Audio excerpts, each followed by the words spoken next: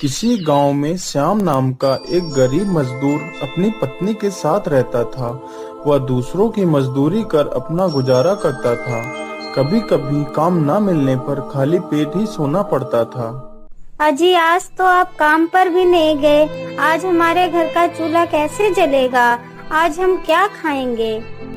अरे रमा, आज किसी ने भी मुझे काम के लिए कहा ही नहीं, तो भला मैं क्या करता। शायद आज किसी के यहाँ कोई काम ही ना हो। हे भगवान, कब तक, आखिर कब तक हमें भूखा ही सोना पड़ेगा? दूसरे ही दिन श्याम को एक सेठ ने बुलाया। अरे श्याम, क्या तुम मेरा एक काम करोगे? हाँ मालिक, आप हुक्म कीजिए। मुझे क्या करना है मालिक? हाँ हाँ बोलिए मालिक। अच्छा ठीक है, ध्यान से सुनो। यह पोटली तुम्हें पास के गांव में सेठ धनीराम के घर में पहुंचानी है। लेकिन ध्यान रहे, इसमें बहुत कीमती सामान है, इसे ध्यान से ले जाना। हाँ हाँ मालिक, आप बिल्कुल भी चिंता मत कीजिए, मैं इसे ध्यान से पहुंचा दूंगा। पोटली में 1000 स्वर्ण मुद्राएं थीं। यह बात श्याम को नहीं पता थी। श्याम पोटली लेकर चल देता है।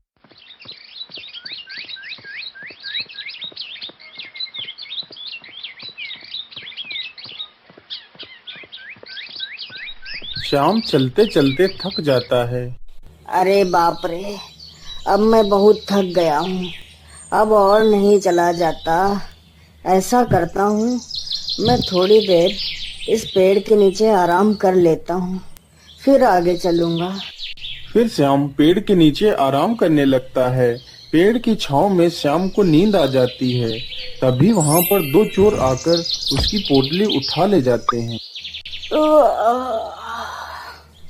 वाह वाह, बहुत अच्छी नींद आई।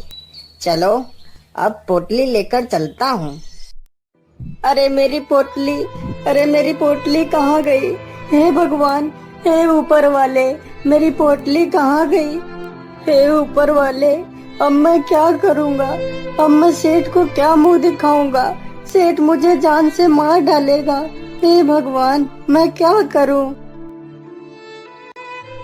क्या पोटली गायब हो गई?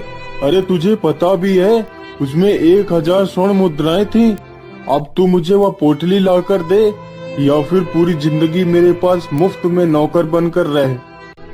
मालिक दया कीजिए, मैं इतनी सारी मुद्राएं कहाँ से लेकर आऊंगा? मुझे माफ कर दीजिए मालिक, मुझे माफ कर दीजिए। माफी?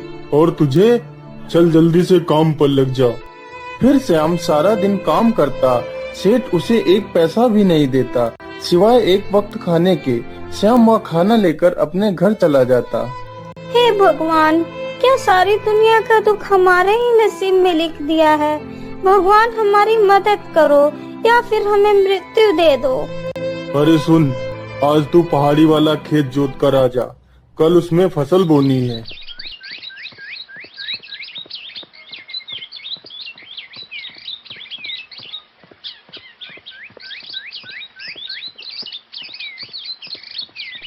फिर अचानक से श्याम को खेत में एक सोने का सिक्का मिला। अरे ये क्या? ये तो एक सोने का सिक्का है। हे भगवान, तेरा लाख लाख शुक्र है। फिर से श्याम खेत को जोतने लगता है तो अचानक से उसके हल से कोई धातु टकराती है। अरे ये क्या? यहाँ तो कुछ रखा है। अरे यह तो एक घड़ा है, लेकिन यह तो बिल्कुल खाली है। चलो कोई बात नहीं, यह घड़ा भी मेरे काम का है। फिर श्याम घड़ा लेकर अपने घर पहुँचता है। अजी, आप ये किसका घड़ा लेकर आए हैं? किसी का नहीं भाग्यवान, यह घड़ा मुझे मिट्टी के नीचे मिला है। और तुम्हें पता है, आज मुझे मिट्टी के नीचे कुछ और भी मिला है। ये देखो। उसकी पत्नी सोने का सिक्का देख हैरान हो जाती है। अरे ये तो एक सोने का सिक्का है। हे भगवान, तेरा लाख लाख शुक्र है। इस सिक्के के सहारे हमारा कुछ दिन गुजारा हो जाएगा। अरे रमा, इस सिक्के को घड़े में रख दो, मैं सुबह होते ही बाजार से कुछ सामान ले आऊंगा। ठीक है जी, मैं ये सिक्का घड़े में रख देती हूँ। सिक्का घड़े में रखकर वे दोनों सो जाते हैं।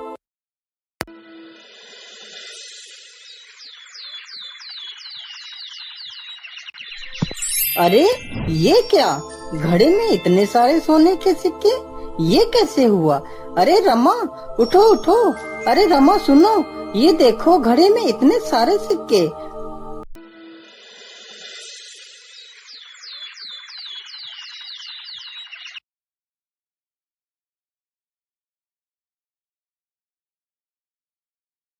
अरे अरे, इतने सारे सोने के सिक्के! हमने तो सिर्फ इसमें एक ही सोने का सिक्का डाला था, इतने सारे कहाँ से आ गए?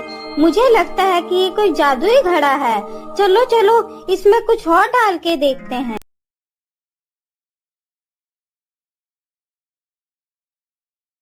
अरे वाह, ये तो सच में एक जादुई घड़ा है।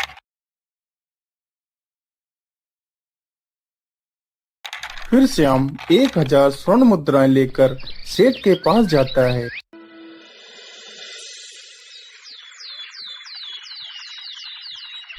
सेठ जी, ये लीजिए अपनी 1000 स्वर्ण मुद्राएं।